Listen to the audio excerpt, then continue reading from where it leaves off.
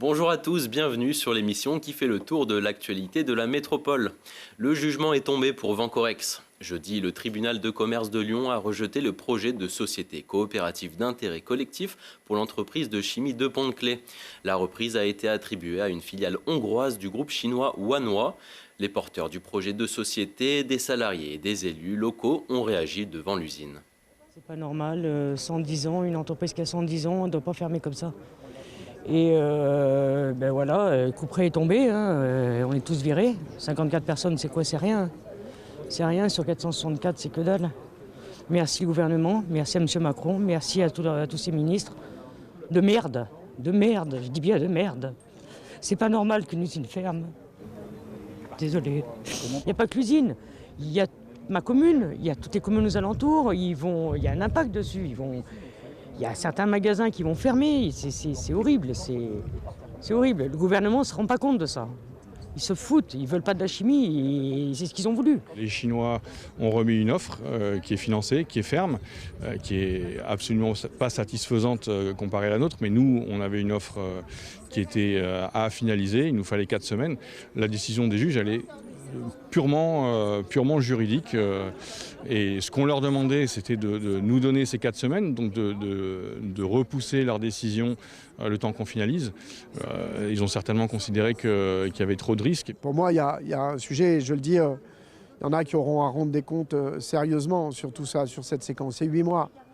Donc on nous a quand même bien enfumé depuis des mois, en fait, sur la réalité de la situation financière.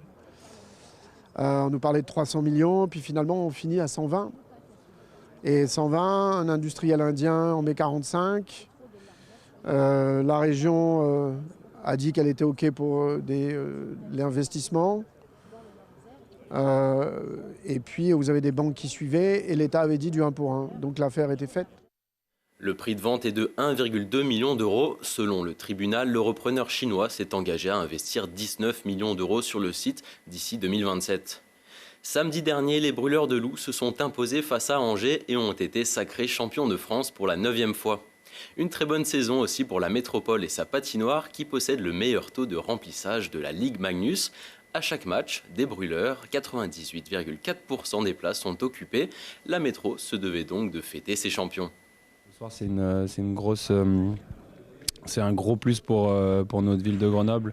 On est fiers de se ramener ce titre-là. On a la chance en plus de jouer dans une super patinoire qui était remplie à craquer. On a eu la création en plus d'un nouveau groupe de supporters, le COP 38, qui faisait diffuser le bruit. Avant on avait les irréductibles, maintenant on en a un autre de l'autre côté.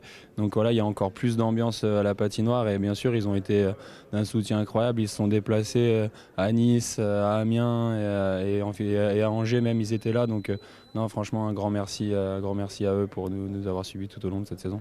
Et vraiment voilà, on dédie cette victoire à tous les Grenoblois.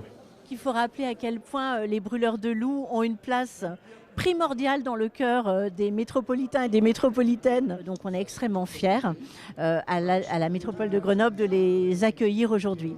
On parle de chaudron parfois dans d'autres villes, mais à Grenoble aussi, dans cette patinoire, c'est un véritable chaudron.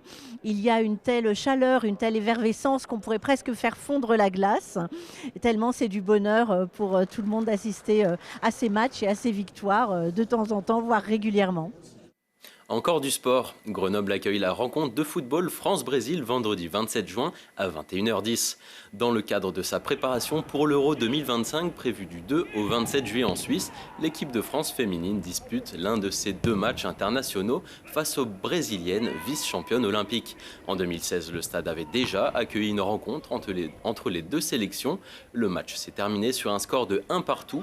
La billetterie est ouverte, les tarifs varient de 10,80 € à 27 €.